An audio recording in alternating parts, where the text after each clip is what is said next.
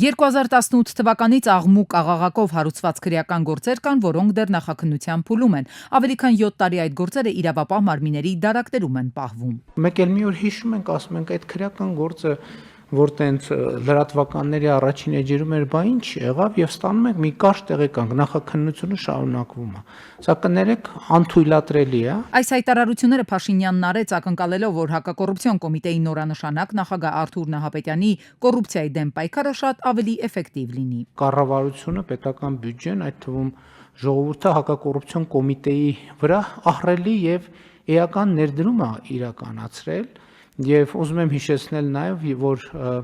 առաջին անգամ հակակոռուպցիոն կոմիտեի ձևավորման ընթացքում էր, երբ որ աշխատավարձերի այդպիսի բարձր մակարդակ սահմանվեց, այն ակնկալիքով, որ կառավարության քաղաքական կամքը հակակոռուպցիոն քաղաքականության եւ պայքարի առումով ինչ որ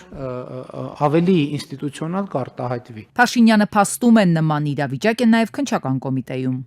Կամ մեղավորներ, թող մեղավորների նկատմամբ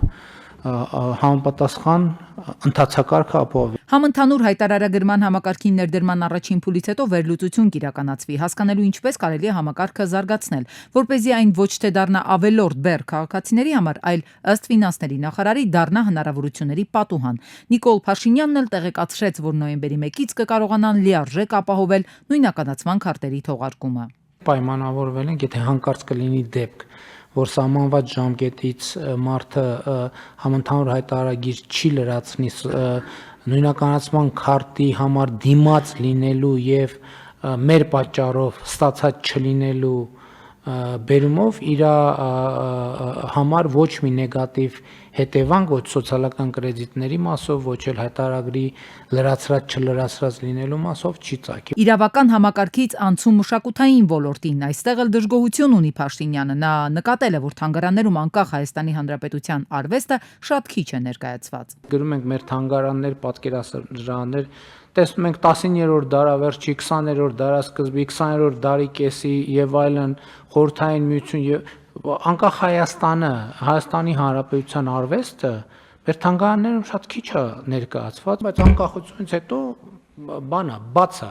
վակուում է, չկա էլ ոչ մի բան։ Հայաստանում կայացած չէ նաև մշակութային աճուրդների դաշտը, այն բացասական ազդեցություն ունի ընդհանուր արվեստի շուկայի կայացման գործում։ ԿԳՄՍ-ն առաջարկում է նոր նախագիծ, որով նախատեսվում է ապահովել արվեստի շուկայում նոր տնտեսական մեխանիզմների ներդրումը, ընդհանուր միջավայրի կայացումը։ Այն կնպաստի ժամանակակից արվեստագետների հանրահռչակմանը, արվեստի ստեղծագործությունների արժևորմանը եւ շրջանառության ընդլայնմանը։ Մեխանիզմը, քանի որ վստահ եմ, որ շատ թափանցիկ է լինելու եւ հրապարակային, դա նշանակում է, որ այս էլեկտրոնային հարթակը ամբողջ աշխարհի համար հուսալի մեխանիզմ է դառնում, այսինքն պոտենցիալ պահանջարկը մեր արվեստի գործերի նկատմամբ շատ էականորեն աճում է։ Կառավարությունում համարում են, որ եթե հաջողվի փորձառու եւ հեղինակավոր օպերատոր ներգրավել, Հայաստանի արվեստի շուկան կդառնա համաշխարհային շուկայի մաս։ Այսինքն հայաստանցի նկարիչների, արվեստագետների գործերը կարող են միջազգային առևտրում ավելի մեծ ներկայություն ունենալ։